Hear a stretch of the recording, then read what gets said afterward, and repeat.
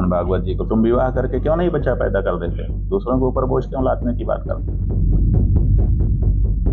शंकराचार्य विमुक्तेश्वरानंद एक बार फिर से सुर्खियों में है।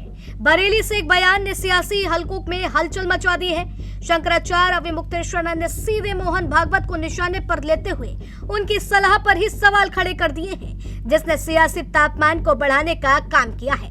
और वो कौन सा बयान है, इसके बारे में सब आपको डिटेल में बताते हैं। दरअसल बरेली में शंकराचार्य विमुक्तेश्वरानंद ने प्रेस कॉन्फ्रेंस की और इस प्रेस कॉन्फ्रेंस में स्वामी विमुक्तेश्वरानंद ने कई मुद्दों पर अपनी बात रखी है। शंकराचार्य ने कहा है कि दूसरों को परिवार बढ़ाने की सलाह देने से पहले खुद उदाहरण पेश करना चाहिए। यह बयान सिर्फ व्यक्तिगत टिप्पणी नहीं, बल्कि संघ की सोच और उसके सामाजिक प्रभाव पर बड़ा सवाल माना जा रहा है।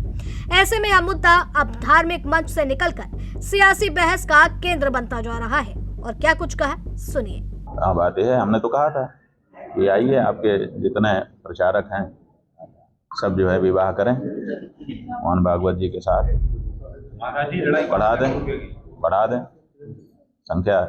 अगर संख्या बढ़ने ही जरूरी है, एक तरफ भारत की सरकार कह रही है कि जनसंख्या का विस्फोट हो रहा है, उसको रोका जाए, एक तरफ ये लोग कह रहे हैं कि और ज़्यादा संख्या बढ़ानी है, तो भैया तो तुम कुंवारे क्यों रह रहे हो? ब्रह्मचारी तो हो नहीं, तुम्हारे नेता हमने खड़े करके कह दिए कि हम ब्रह्मचारी नहीं है, कुंवारे भरा है।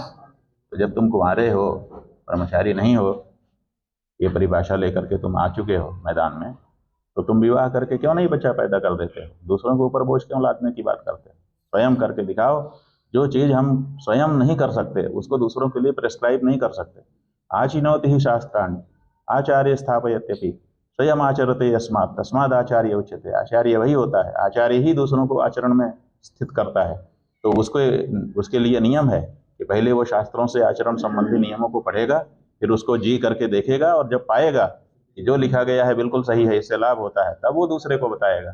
तो आप जिस चीज़ को आपने किया ही नहीं उसको दूसरों के लिए कैसे बता सकते हो? ये आचार्य पद्धति की अनुरूप बात नहीं। तो सुना आपने कैसे स्वामी विमुक्तेश्वरानंद मोहन भागवत के 3 बच्चे वाली सलाह पर उदाहरण पेश करने की मांग की है। ये टिप्पणी केवल व्यक्तिगत नहीं, बल्कि संघ के सामाजिक सोच और उसके प्रभाव पर सीधा हमला मानी जा रही है।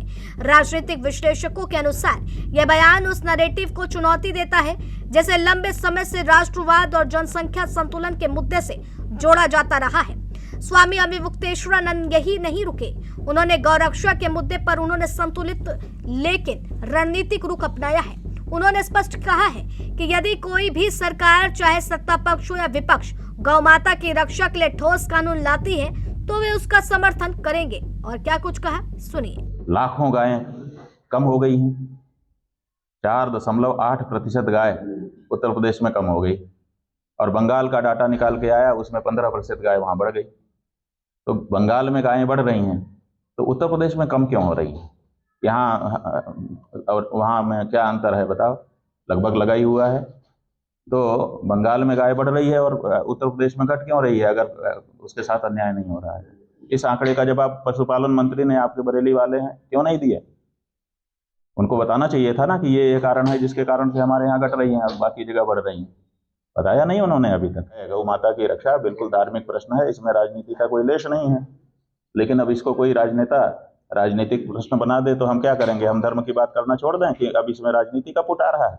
हमारा तो प्रश्न धर्म का है और पूरी तरह से धार्मिक है। जो शपथ पूर्वक घोषित करेगा कि मैं पहला काम जीतते ही ये करूं। कुल मिलाकर बरेली से आया ये बयान सिर्फ धार्मिक मंच तक सीमित नहीं है, बल्कि इसके गहरे राजनीतिक मायने हैं। आने वाले समय में यह देखना दिलचस्प होगा कि क्या यह बयान केवल बहस तक सीमित रहता है या फिर राजनीतिक विमर्श का बड़ा हिस्सा बन जाता है। Desk report, GMD news.